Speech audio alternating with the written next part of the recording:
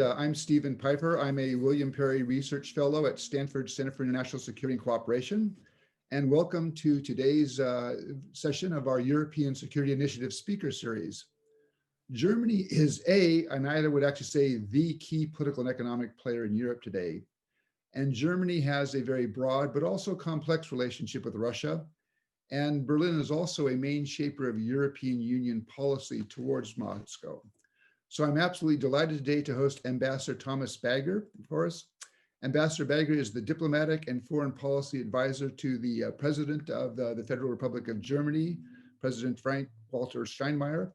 He has nearly 3 decades of experience with the German Foreign Office, including service abroad in Ankara, Prague, and Washington.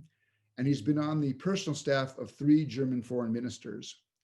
From 2011 until 2017, Ambassador Bagger headed the German Foreign Office's policy planning staff before taking up his current position. And I found him to be one of the most astute and insightful observers, not just of European international affairs, but a much broader range of issues. So I'm going to pose a set of questions to Ambassador Bagger. They'll then open it up to audience questions. Please use the Q&A function, and I will look to those in about 20 to 25 minutes. So Ambassador Thomas, thanks very much for joining us today. My pleasure. Let me go ahead and get started and just pose the question, you're in Berlin, you're 4,000 miles closer to Moscow than the United States and Washington, and that's going to bring up some different perspectives. So could you talk a little bit about how the German government sees the challenge that Russia poses both to Germany, but also to Europe? Yeah, thank you, Steve. And it's a pleasure to be with you across all that distance, more than 4,000 miles actually from Berlin to Stanford. I think indeed, I mean, there is when we look at Russia today, we do that not only geographically much closer than the US does, but also with quite a different context. So my own background when I grew up, and that was before German-European unification, when the Soviet Union still existed, there was a sort of pretty strong overlap, American-German perspectives. There was an existential threat. Germany was a frontline state, hundreds of thousands of American troops stationed on German territory. Part of that is gone. Part of that overlap of our perspectives is still there, but it may be useful to just reflect about for a moment of the different context when we look from Berlin.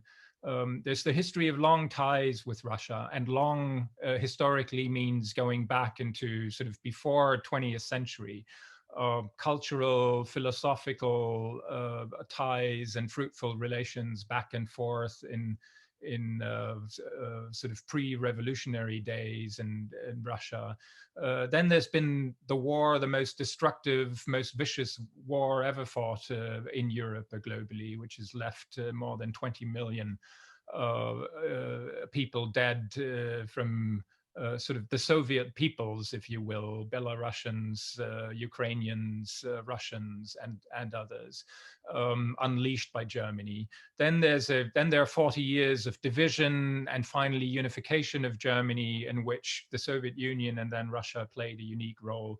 So in many ways, this has shaped a German perspective that is also quite unique among EU member states or among states on the European continent, and sort of in many ways quite ambivalent about Russia, but quite united around a notion that permanent alienation or confrontation is really not a sustainable option for Germany. So there needs to be a functional relationship that is both a sort of that flows from history, but it is also our experience of how we managed to bring about German unification in 1989. And it is against this backdrop that we that we watch, we witness, and we suffer from what cannot be described other than a process of alienation and increasingly confrontational relations. But as I said, it has a somewhat more complex background. What do you think? I mean, we've seen from the Washington perspective, what we'd say a more, for lack of a better word, aggressive Russian approach towards the West over the last 7 to 10 years. How is that seen in Berlin? And what do you think the Kremlin is trying to achieve by, the various pressures it's applying towards the West? Yeah, well, that's a very good question. I'm not sure I have a really convincing answer. At least I would not claim any proof for what I'm saying. But I think it's interesting that over the past few years we've almost moved back into a situation that I remember from when I was at university, sort of in the late 1980s, when Kremlinology, trying to read the signs of Kremlin Kremlin remarks, speeches, images was sort of the art of trying to understand the Soviet Union. I think the Kremlin in many ways has become a kind of black box for us again. So it's very hard to make sense, to make good sense of what is driving decision making, what the ultimate, whether there's a strategy behind it, whether this is just a series of more tactical moves, some of them successful, some of them actually quite costly, some of them difficult to make sense of the way we would look at Russia's own interest. But I think one of the big problems is really that, as with most authoritarian systems, Russia has now run into a real crisis of organizing succession. I mean, I realize the irony of saying this at a time when in the US the election is still contested, but we here in Berlin do believe that you will in the end be able to sort this out and have an orderly transfer of power in the United States. I think it is infinitely more difficult in Russia to try to accomplish that. And we've seen that with the constitutional reform attempt of Vladimir Putin earlier in the year, sort of trying to take the question of what will Russia be after Putin off the table by basically providing the answer, don't even think about it, he could be there for another 15 years. But then once you take that question off the table, you inevitably focus again on the question, well, what is then Russia under Putin? And the answers that you have in Russia today are not very encouraging. They're not very optimistic. There's economic stagnation, low oil prices, a sclerotic economy.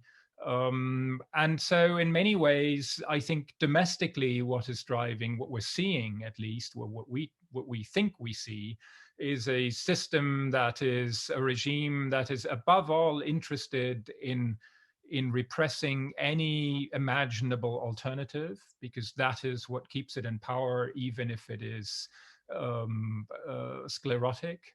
And that tries to unite the country and to project power by being active abroad, but mostly actually in staking out positions that are either destructive or try to sort of expand Russian positions with minimum minimum material effort. We've seen that in Syria. We've seen it in Libya. We've seen it on a number of other fronts. But it is much harder to make sense of the kind of behavior that we've witnessed also as Germany recently, with the murder of a Chechen Georgian dissident or opposition figure right in the heart of Berlin, or with the poisoning of Alexei Navalny.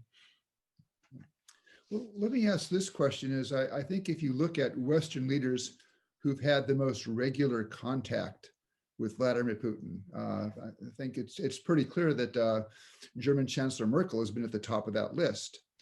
And in part because they share language and such. Has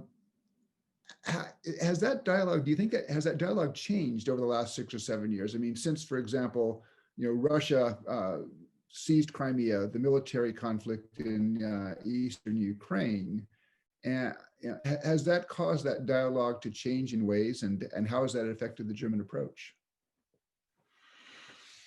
Yeah, I think the communication with Putin has gradually evolved. One moment that many Germans remember actually was the speech that Vladimir Putin gave shortly after he became Russian president in 2001. He gave a speech to the German Bundestag, to Parliament, which, after a brief Russian introduction, he gave entirely in German, and which, sort of in the days when he also offered cooperation to the United States after the September 11 attacks in 2001, he made quite an impassioned plea in our own language, in our own parliament, for cooperation of Russia and Germany, Russia and Europe. And sort of I mean, I mentioned that because there is this notion out there that once a KGB officer, always a KGB officer, that all of this was foreshadowed 20 years ago, where Russia would be today in our relationship. I don't belong to the camp that believes that theory. I think there've been, this has been opened. It could have gone in other directions at various points. But we remember Vladimir Putin at the Munich Security Conference in 2007, when he used very harsh words against the West as such, but also against the Europeans. And then we certainly see a different type of approach from Moscow, from Putin personally, after his return to the Kremlin in 2012. And I think that is where, with hindsight, it is clear that from then on, he defines Russia's future far more in opposition to the West than in cooperation with the West. And the point that drives that home is the war in eastern Ukraine and the annexation of Crimea in early 2014. Now, as I try to say in the beginning, that certainly came as a real shock to the German leadership, to Germany in its entirety, also German society, the whole political elite. But the consequence was not to say we no longer talk to Russia. So as you mentioned, Merkel clearly was constantly in touch, and still is, to a somewhat lesser degree, but still talks to Putin, usually by phone, with the occasional meeting, be it in the Normandy format, together with Emmanuel Macron, be it on her own.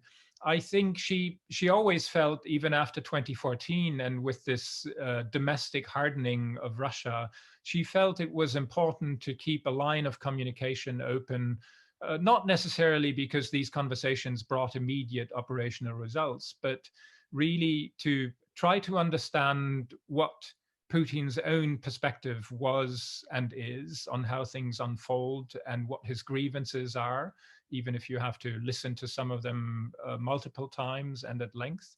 But also because she believed, and I think rightly so, that there are not too many people in the Russian system who try to tell different perspectives and opinion to the Russian president, and that it is therefore important to sort of give him some blunt description of what Russia's action looked like, seen from Berlin, seen from Brussels, seen from the West, and why we consider that dangerous and unacceptable. But I think one of the big concerns in Germany is that we're both retreating into our own space. We don't understand the other side, and with that, the danger of misinterpretations is increasing rapidly. So we think we send clear signals with the sanctions we impose, or with speeches that we give, with warnings that we issue, but they may be perceived and read very differently on the other side. And that is something that I think has always motivated Merkel's continuing conversations with the Russian president, to try to do her best to give him an honest reading of what Russia looks like from abroad, and possibly find off-ramps that point in a more cooperative direction. Okay. Well, let me just one more question on the broader German approach towards Russia. There's always been this sense of balance between, on the one hand, some pushback against Russian misbehavior, but also, as you just described, trying to keep a channel of communication open. But I've noticed some commentators in the last several months have said, look, the accumulation of negative Russian behaviors, the Kremlin's refusal thus far to make progress towards a settlement in Donbass. You've already mentioned the murder of the Chechen Hangashvili last year in Berlin, the poisoning of Navalny, and now Russia's backing for Lukashenko against what appears to be a fairly large segment of the Belarusian society. Is that changing the German perception of this balance? I mean, some have suggested that, in fact, Germany may be moving towards a more confrontational approach towards Russia as a result of the accumulation of these kinds of events. Yeah, I think, I've read some of that. Interestingly enough, I've read some of it from Russian commentators. I've read it from Fyodor Lukyanov. I've read it from I think Dmitry Trenin, who said, so now sort of Germany is moving into this more confrontational camp. But it's interesting that it's almost, if you read it from the Russian side, it always sounds as, so now we've sort of, even the Germans go the American way, or the sort of the Eastern European way, if you will. What strikes me in most of the Russian commentary when it comes to this observation is that they never seem to acknowledge that there's a Russian element to this. I mean, that there is an element of Russian action that is actually driving the increasing frustration on the part of the German government. So, we have this apparent murder of a Chechen Georgian former opposition figure in the midst of the Tiergarten, which is close to government institutions, to the president's office, which is now being prosecuted in a German court, and which may well cause another major irritation in the German-Russian relations.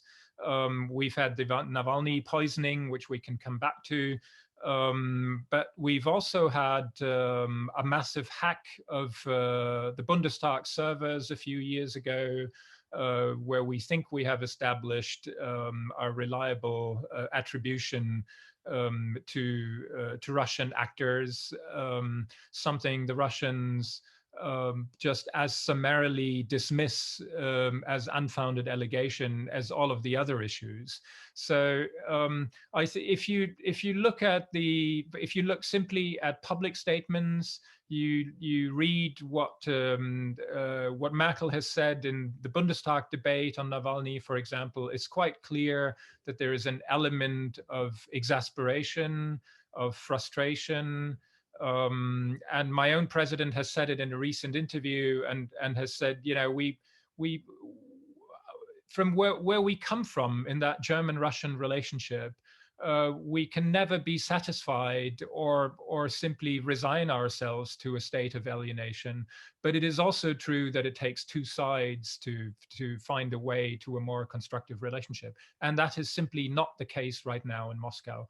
And I think that is what you hear more and more in Berlin, the frustration that there is no sign whatsoever from Moscow of even an intention or a desire to de-escalate and to find a more constructive relationship. Okay. Well, let me switch a moment to the European Union, where I think Germany has been the leading shaper of EU policy towards Russia. But we've seen a wide range of views within the union, including some countries that I think are already arguing now to get back to more of a business as usual. So could you talk a little bit about how I guess I would say difficult it is? I mean, to manage 27 different countries to keep them on a policy where I think from the perspective, at least out here in California, is Germany's been fairly successful at maintaining a consistent policy, but I imagine it's required a lot of diplomatic work behind the scenes.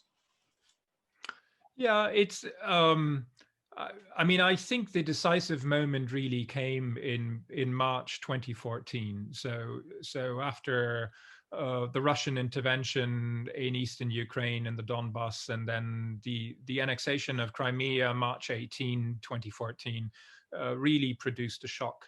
And if you look at the European, take 27 or 26 perspectives on Russia, they are actually quite different. It's quite a spectrum. I mean, you have the traumatic experiences of the Baltic states, many of the Central Eastern European states that were part of the Soviet bloc during the Cold War, that have been occupied, that have memories of mass deportation and repression.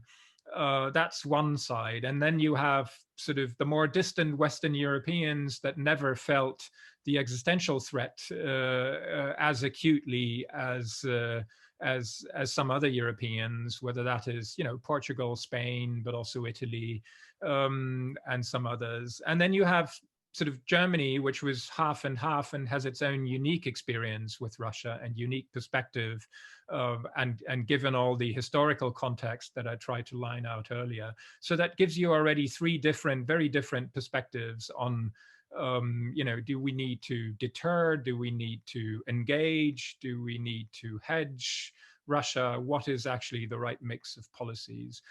And the German position for a long time, I think, has been that we deal with first the Soviet Union, then Russia within an alliance, but we do have quite a special relationship with Moscow. And I think in March 2014, there was a very interesting debate, including German industry, German companies, business leaders, and politicians. But it became quite obvious that the choice that lay in front of Germany was to be the convener and shaper of a European position, an EU policy towards Russia in the face of that aggression, or try to protect its own special relationship, but that would then happen at the expense of European unity. And prioritizing a European policy approach, a European answer to that aggression, I think was a momentous decision in Germany's Russia policy. I think the Russians to this day do not fully appreciate or don't want to appreciate how much their own behavior contributed to that, how much of a genuine shock there was in Berlin and in Germany. So they will say, you only enacted those sanctions because the Americans told you so, but they really underestimate how much of a shock this violation of a peaceful security order in Europe after 1990, sort of the first changing of borders by force, what that really produced. And so I think from then on, you can trace that sanctions regime from the early days, March, April, May, when it was coordinated with the US at the time, and then the downing of the airplane MH17, and the far more massive sanctions, the third round, then I think in August, September 2014. Now, that sanctions regime, which has cost not just the German economy dearly, but none has paid more in terms of business opportunities than the German economy. That sanctions regime has been upheld until today. In a way, if you try to impose a sanctions regime of 27, where the member states have such a different threat perception or relationship and perspective on Russia, is very complicated and very simple at the same time. It is complicated because it's very difficult to agree on, and it took something like the shock of the annexation of Crimea and then the terrible images of the downing of MH17 to agree to something like that. But then it is also very simple because once you have agreed on it, it is extremely difficult to change it, because there will never be unity in which direction to change. So there've been lots of arguments by the Poles and others. We have to increase the sanctions regime, put more pressure on Russia, but there was never consensus on that.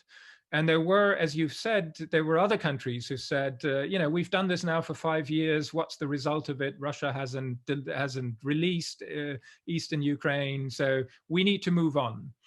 So we should abolish or at least sort of condition sanctions. But there was no consensus for it because the Poles and other Eastern Europeans would have none of that.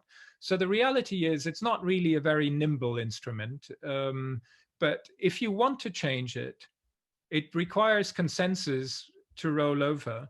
It requires one country to bring it down. But the cost is very high because then you break the European consensus, and you have to be the one around the table in Brussels who raises your hand and says, we're no longer with this. And you know full well that that is not just a change in Russia policy, it changes the position of your country in integration project like the European Union. So the result of that has been we're still where we were in the autumn of 2014.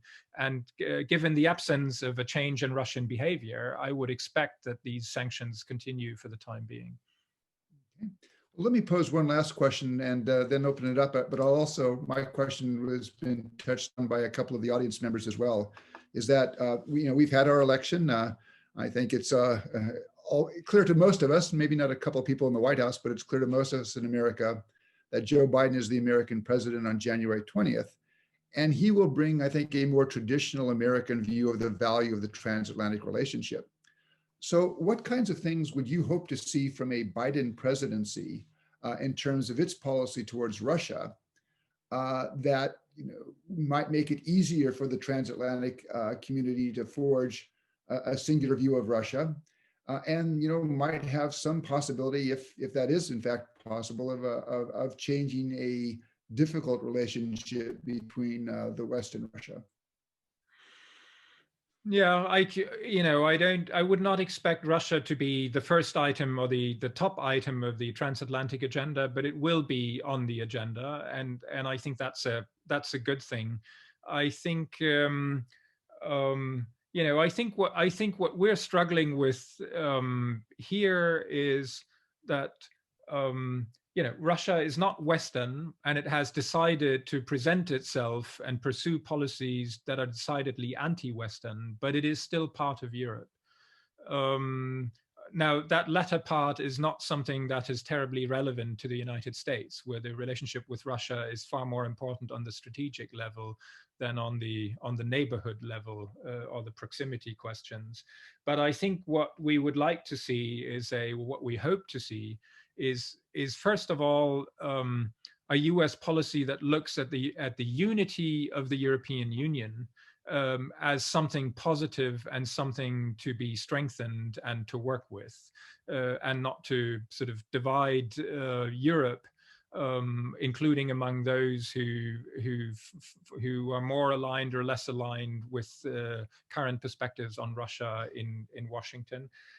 I think a Russia policy that is hopefully not only domestically driven and domestically motivated by the role Russia plays in US domestic political struggles, hopefully a somewhat more aligned policy between administration and Congress on Russia, but then really also a policy that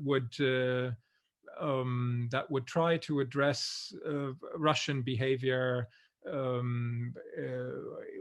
in the entire European neighborhood. So that is Libya, that is Syria, in the Caucasus, in Ukraine, in a way that is more closely coordinated with European perspectives.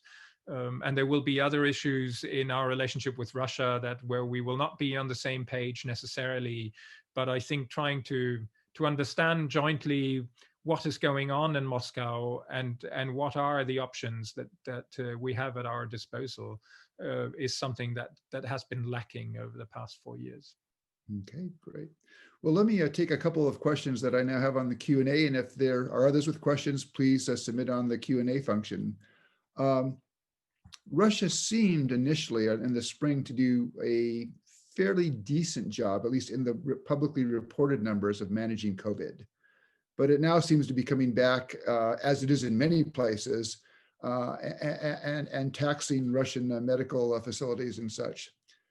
How do you think that might impact on, first of all, Putin's domestic legitimacy, but also could that COVID crisis in Russia also have an impact on Putin's foreign policy? Well, from what I know from Moscow, there's actually, it's quite a serious situation, including in the hospitals now. But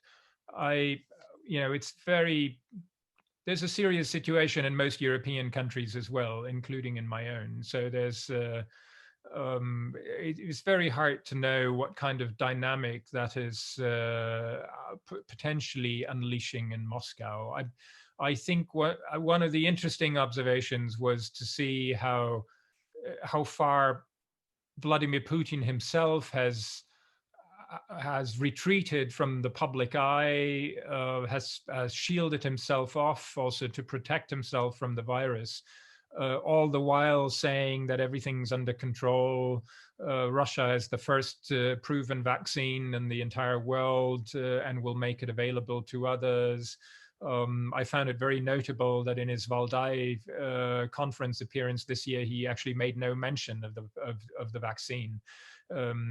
But in foreign policy terms, I think the Russians have for a long time now, as certainly in their policy circles, they perceive themselves as being more resilient than our countries. They can stomach more. That was the answer they gave to the sanctions regimes that tried to put economic pressure on them. That will also be the answer that they have for the hardship that COVID brings, that the low oil prices bring, that economic depression brings, and in many ways they pride themselves on that resilience. When will that be depleted? It's very hard to know. I would not venture a prognosis for that. And on the foreign policy side, I mean, I think they try to capitalize on their vaccine developments. They try to make themselves an interesting international actor for the WHO. They try to offer it to various countries around the globe to say, look, here we are, we're your friends, we have something to offer. The way they did it without international scientific validation, without the necessary study data, sort of turned out to then be less than a great PR success. But who knows? They may have something that can actually make a contribution. I think the way they played it in this particular instance in early October was not helpful to themselves. Okay. Another question looks at Germany and European reliance on energy, such as natural gas from Russia. Are there efforts within Europe and Germany to try to reduce that reliance? And I think that inevitably leads to the question of Nord Stream 2. And do you see a way that we can better manage that Nord Stream question, which now appears to be, I think, an issue at least of potential difference between Washington and Berlin? Yeah, I mean, I don't want to go too deep into that because otherwise this is it for the last 25 minutes of our session. But I'll be as frank as I can be. Nord Stream 2 has been very controversial across the Atlantic. And it has been very controversial between Germany and Poland, Germany and Ukraine, and a few other countries.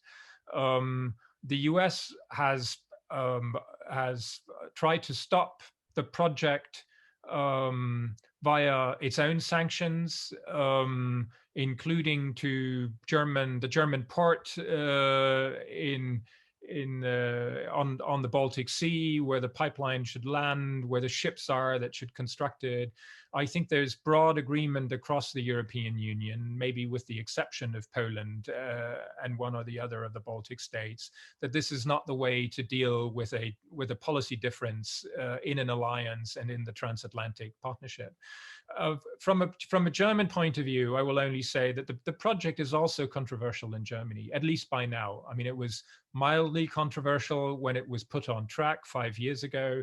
It is certainly far more controversial today, after all the back and forth with the US, with Poland, and with Ukraine.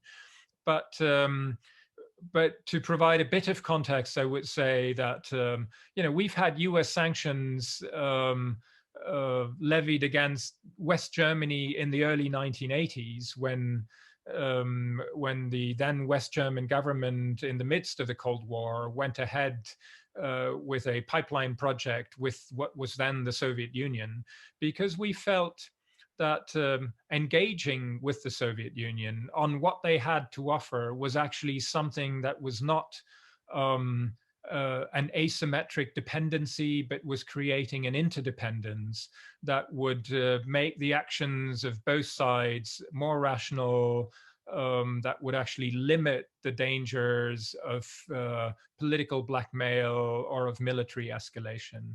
And so there's a long history in Germany of uninterrupted, very reliable Russian gas supply, energy supply to Germany. I realize, and some in Germany maybe have realized too late, that that is not the same experience in part of Central Eastern Europe, who have been subjected far more to a selective and politically motivated leverage of the energy weapon by Moscow. But that's not the German experience. So when you talk to people in Germany, you will find many different points of view and opinions on whether the project is has merits in the first place, and then is worth the political fallout that it has produced both within the EU and across the Atlantic.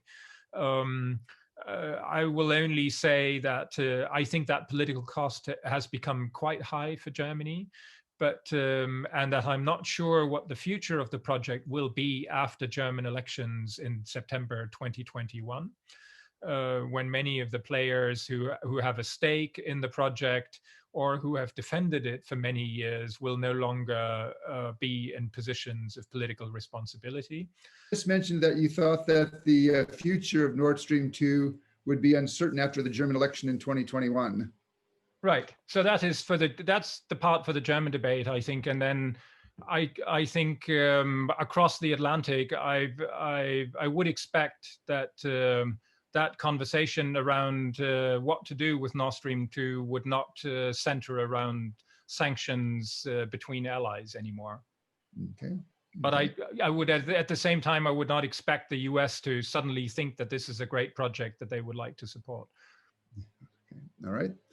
Another question is, obviously, France is a key partner of Germany in terms of trying to find a way to resolve the conflict between Russia and Ukraine. But in addition to France, who would you say are the main players within the European Union, within Europe, that Germany works most closely with in terms of shaping a policy towards Russia?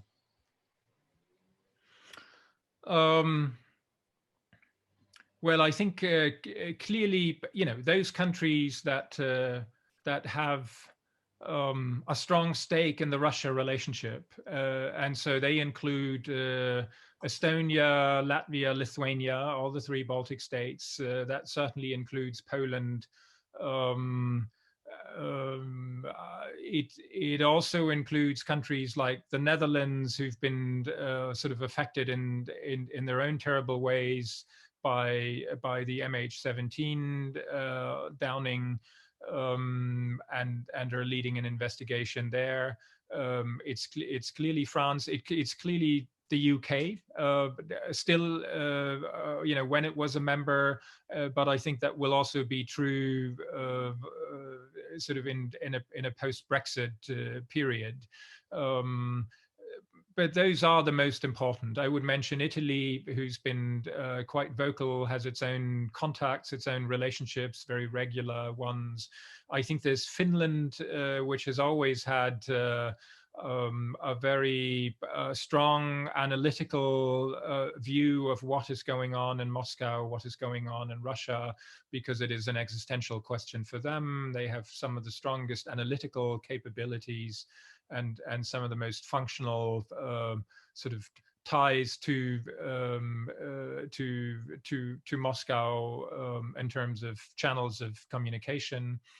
It's not without accident that the Russian and the American president met in Helsinki when they met. Whatever you think of the meeting, but there's a reason for that. So it's a group of countries, but it's not the 27. That's clear. Yeah. Another question, Thomas, you had described how, back in 2014, Germany opted, basically to set aside its own relationship with Russia to forge a common position with the European Union. Are there any questions that you see on the agenda where Germany might conclude that it needs to go its own way with regards to Russia? Quite frankly, no. I think you can make an argument, and some people do make the argument, that Nord Stream 2 is exactly that. But I would say, it is not exclusively a German project. There are other countries, other companies involved in that. But I think on balance, I think the perspective in Berlin is that, it's not only that we were disappointed that that Russia at least post 2012 or since 2012 defined its own future increasingly in opposition to Europe and to the West more generally than in cooperation with the West. More recently, it's also been the case that Europe as such, or the European Union, feels more lonely on the world stage. In a world that is not moving in the direction of a more rules-based order, but really where everyone talks about the return of great power competition, and this rules-based organization or project that we call the European Union feels increasingly lonely, and it's not so sure whether it represents the future anymore, or the way the world will go, but still is the most important framework for German policies and politics. And so I think the question of holding the 27 together is really the critical question and the critical task for Germany. And so what has emerged in 2014, as to some observers, a rather unlikely German role of the architect of a joint EU position on Russia, I think looks far more natural today, and what we have to do on other issues as well. And it's quite interesting that Emmanuel Macron, president of France, last year launched his own initiative to to reset relations with Russia. And to rather sharp criticism of many Central Eastern European countries. But one of the byproducts of his initiative, his letters to Macron, his overtures, his attempts to sort of build new channels of communication, and Central European irritations about that, was to put Germany squarely in the center of the German debate again on what is the right mix of sort of deterrence, pushback, but also selective engagement where we think it is necessary to prevent worse things from happening, or where it is in our own interest. So I think Germany in that sense is well positioned for that role. And that is likely to continue. I think we feel there's much more benefit for us in this. If we were the ones to break a European consensus to go it alone with Russia, it would have consequences in other policy areas that are far more important than, I don't know, a trading relationship with Russia, an investment relationship with Russia, or anything else. So that is not seriously considered. Okay. Question, what is the current German position on the question of ultimate acceptance of, say, Ukraine into the European Union, or even at some point into NATO? And how much does that question figure in German-Russian relations?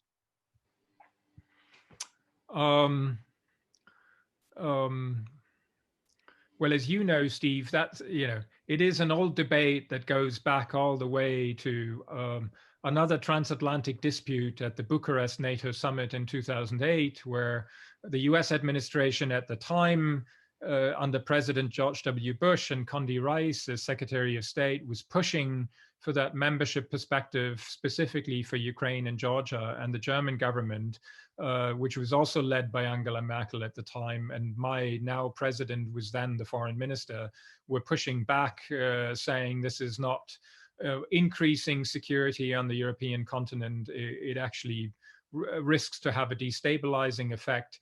And there was a compromise in the communique that said the door remains open. So there've been many debates what role this compromise and the summit has had in the Russian-Georgian war, in the Russian-Ukrainian confrontation later on. There's never been real consensus, I think, across the Atlantic on this. There's quite a clear position of the Ukrainian leadership saying this is ultimately the direction in which we want to go, membership in the European Union. It's not much of a debate in Europe, certainly not much of a debate in Germany publicly, and it's also not much of a debate between Germany and Russia, but part of the problem there is they wouldn't believe us anyway, no matter what we told them. And so I think that is, it's part of the problem of resolving the conflict in Ukraine is what could be Ukraine's future relationship with Europe, with the West, and with Russia. And how can that possibly be agreed upon, including with the Ukrainians themselves, in a way that would not just be satisfying to all sides, but also credible, including to people in Moscow, so that they would, refrain from meddling in the violent way that they have been over the last 6 years. It's just extremely, extremely difficult. But on the more precise question, sort of Ukrainian membership, it's not on the table. We've had the same debates with the Georgians as well, who always ask us, are you for it? Are you against it? But the honest answer is it is not on the agenda as long as the situation is what it is. I'd like to follow up with that because I think you made a really valid point, which is this question about what is Ukraine's place in Europe. And I've always sort of felt that, part of the key to resolving the conflict in Donbass is coming up at least with the outlines of that answer. But is there a place where that discussion is taking place? I mean, it seems to me that when Chancellor Merkel and President Macron get together with President Zelensky and Putin, they're talking about Minsk implementation, but I'm not sure I see where's this conversation that might be important for defining an element that could help unblock the current stalemate over eastern Ukraine. Yeah, that is probably right, and I think that is part of part of the Russian genius is in dragging these talks into ever more detailed minutiae of Minsk agreement interpretations, that is not exactly blocking by fully blocking negotiations, but is dragging them out to the infinite detail, and you lose sight of the big picture and what this was meant to resolve in the first place. But I think part of the reason behind that is exactly because the broader resolution is not visible from where we are today, and part of, I think, part of the debate in Europe, or when I look from Germany, in 2014, after the conflict broke out, there was quite a strong argument, including by Polish politicians, Radek Sikorski, by Carl Bildt and others from Sweden, and other observers who said, the real lesson would be to make Ukraine, to make a reformed Ukraine a success. That is what Putin fears most: a successful democracy and market economy on his doorstep. And that's the path we should pursue. And I agree. There's a lot of there's a lot of truth to that. And I think there are a few countries that have invested more in terms of advice and resources and manpower in trying to help that reform effort in Ukraine than Germany. But the reality is also that when we look at Ukraine today, that the country, both in its economy, in its anti-corruption efforts, in the state of its judiciary, is mired in a well, if you want to call it a very difficult reform process that is frustrating not only to a lot of us but to the IMF and to others. So it is not exactly clear that Ukraine itself is moving in a direction that would make it clearer or more visible at some point in the future. Well, what should its place be in relationship to a European Union, or in that neighborhood that we used to call the common neighborhood between Russia and the European Union? Okay. Well, let me pose one last question before we need to let you go. And it gets back to, you had described some of the difficulty in defining or understanding this black box that's become the Kremlin. And I very much empathize with that. I recall a colleague I served with in the Foreign Service. We were on the Soviet desk back in the 1980s. And then he ended up in Moscow about 10 years ago. And he said, it was actually easier to understand the Kremlin in the 1980s than there was now. At least you would have the periodic lineups at the parades, and you could say this person has moved 2 spaces closer towards the center, he's on the upswing. But in trying to understand that, I mean, part of it is presumably in terms of the way that Russia engages with the West. They do a cost-benefit analysis. Have we failed to inflict sufficient costs on the Russians to change that calculus on questions such as Donbass or how they approach the West on other issues, including interference in Western society's domestic political affairs?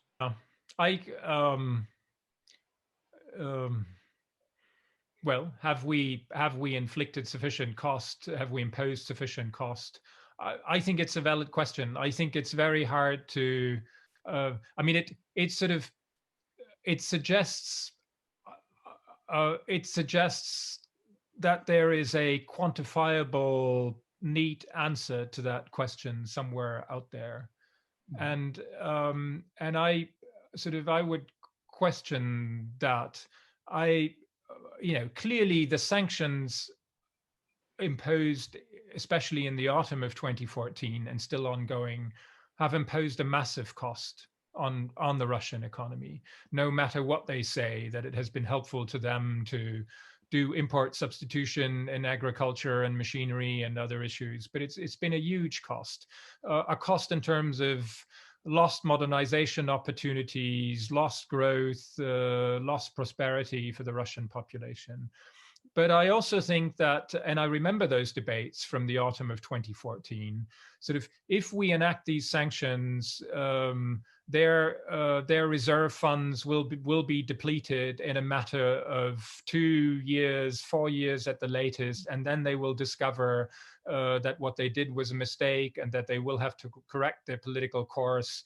And that has simply turned out to be false. It was an overly optimistic assumption because it is based on our own focus on a type of economic rationality that the Russian political system simply does not follow. And so while we can impose costs, and I'm not against imposing costs. I think sanctions do various things. They impose material costs, but they're also there to send signals of unacceptable behavior. And to impose potential further costs for further transgression in the future. But this more or less mechanical notion that if we impose the right dose of cost in order to change Russia into a more constructive behavior or less destructive behavior is a bit too mechanical for me, because that will lead us down the path that as long as they don't become more cooperative, or as long as they are still as destructive as they are, we simply need to increase sort of the pain meter, and then things will get better. And I'm not sure that that is necessarily the case, because it has helped Putin also to circle the wagons, to suppress critical voices in Russian society, to sort of spread the notion that everyone out there is only after Russia, trying to get Russia, and it's sort of the it's, but you know, they've circled the wagons, they're all on their own, and they're more resilient than us. That's their historical role, and they'll play it heroically for a long time to come. So there's limits to that imposing costs approach, I think, and there is a point where it becomes counterproductive when we lose all channels of communication, all channels into Russian society, and we know even less what's going on in there. Okay. Well, Thomas, I'm very conscious that we're well into your evening there. Let me thank you. Were we sitting around the conference table in an Encina Hall at Stanford at this point? I would invite a round of applause. We'll all have to do it through the Zoom in our various ways. But thanks very much for taking time to do this. I think you've really done a great job of helping us better understand how Germany sees the issues. And I'm very much hopeful that beginning in January of next year, there's going to be a stronger communication, stronger coordination between Washington and Berlin, between Washington and Europe. So I do believe that the more closely we work together, the more successful we're going to be. But thanks again for taking the time to do this. We really appreciate it. Thanks, Steve. Thanks to everyone.